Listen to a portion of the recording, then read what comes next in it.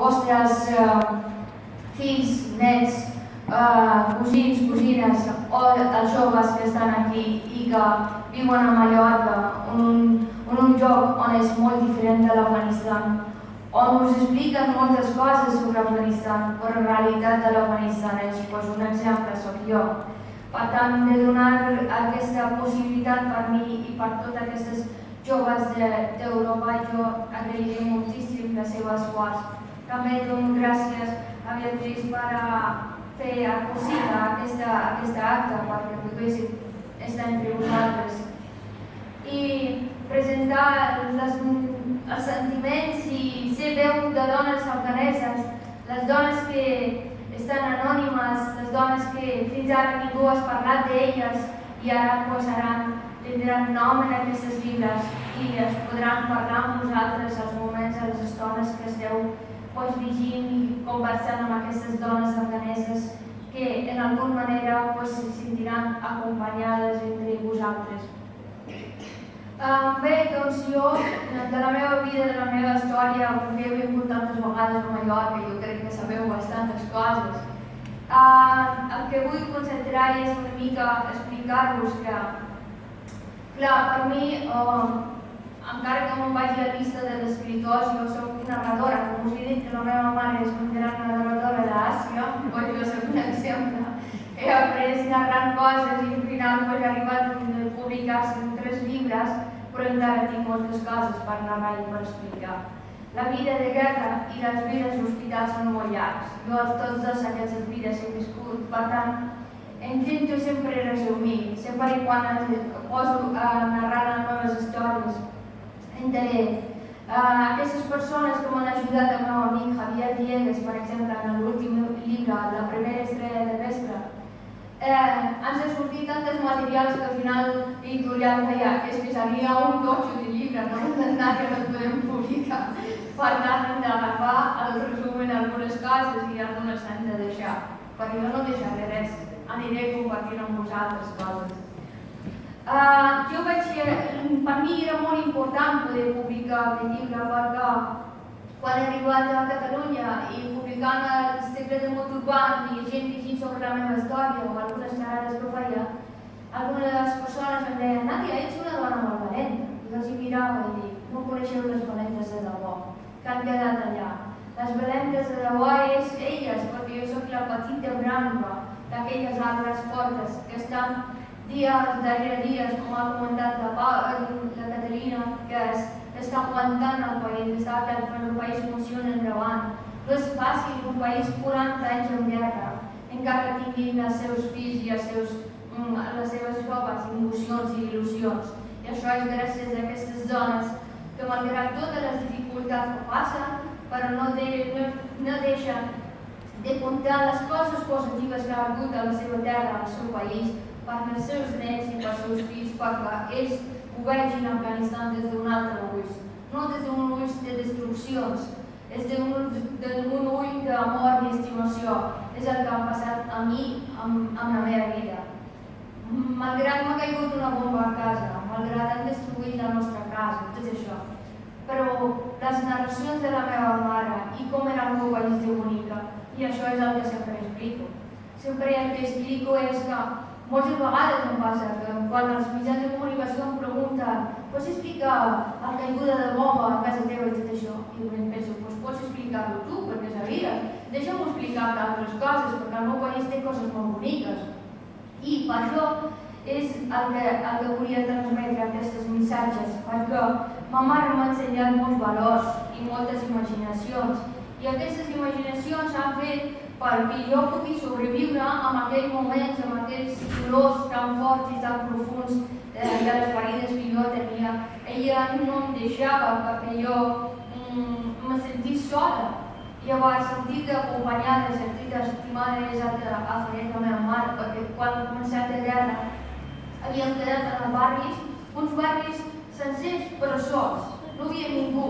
Llavors, ma mare, jo li deia, mare, és que quan me'n vaig a carrers hi ha botigues però no tenen el seu home perquè venguin coses.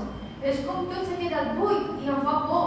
I a vegades trobo morts. I la meva mare me deia, perquè no t'hi t'explica coses, els expliques coses. Llavors, i fins i tot em deia, pregunta coses. I clar, i a vegades parlava sola, m'anava a les botigues i li deia, senyor, agafo un paquet d'arròs, una mica de oli i no em vaig.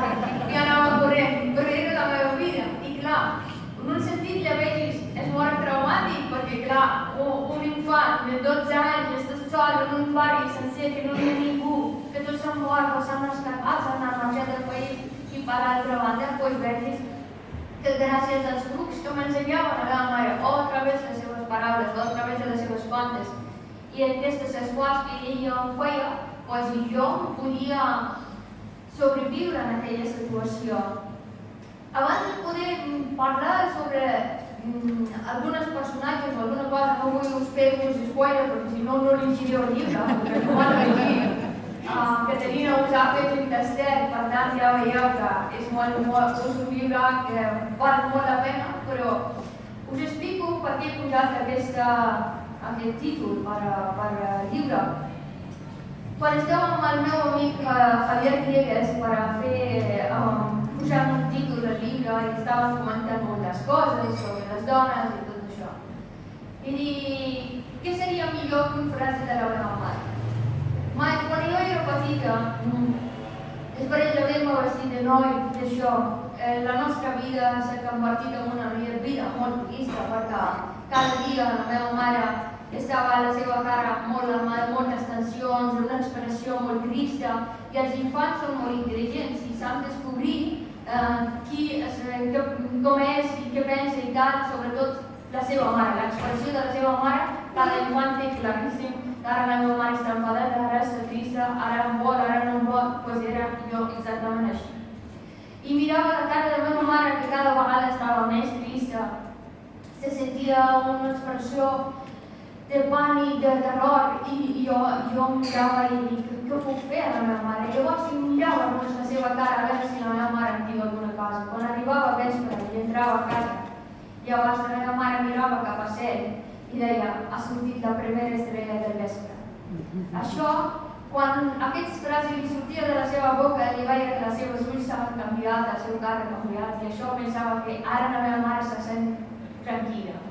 Perquè jo he tornat, perquè no m'ha passat res per casa, i que a més a casa hem pogut viure un dia més. Per això, quan explica en el fragment del viatge i tot això, és molt dur deixar la teva casa que has construït amb tot l'amor, amb tot el carinyo. I me recordo que algunes vegades, després de tenir una casa com un museu que no ens faltava res, era una casa preciosa, la gent venia a visitar la nostra casa, de bonic que era. Havíem quedat en una vida, no teníem ni una petita cullera per fer el menjar de la meva germana i donar-li a la boca. Llavors, ma mare s'emocionava moltíssim per uns llençols. Llavors me'n recordo la vida que teníem. I després, un cop he arribat a Europa i la gent diu que no viatjo, per això estic trista. Jo, que bé, estàs a casa teva i estàs trista. És que tu sí sàpigues que difícil és viatjar i sortir.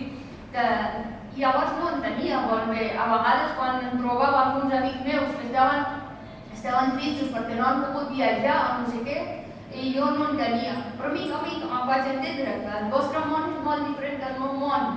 Al meu món sempre ens hem sentit obligats de sortir, no poder estar a la nostra casa i tot això. I llavors, d'alguna manera, he après moltes coses, he après que del viatjar també s'aprenen els valors i els coneixements d'una altra cultura, d'una altra realitat, que normalment és molt lluny del teu. I ojalà que tothom pugui viatjar amb el plaer i amb el gust, i que moltes de les persones en el món que no poden tenir aquest sort, però que tenim, hem d'aprendre molt quan viatgem. Bé, i per les històries d'aquestes dones, jo quan he anat al meu país, a Afganistan, és perquè per mi eren totes les coses que he trobat en la meva vida a Catalunya. Moltes persones em deien, quina sort, no? Ara tens una família, tens menjar, tens coses. Clar, jo tinc tot, i tot. Sobretot tinc amor i carinyo de moltes persones que m'estimen. però jo no tinc la meva família afgana amb mi.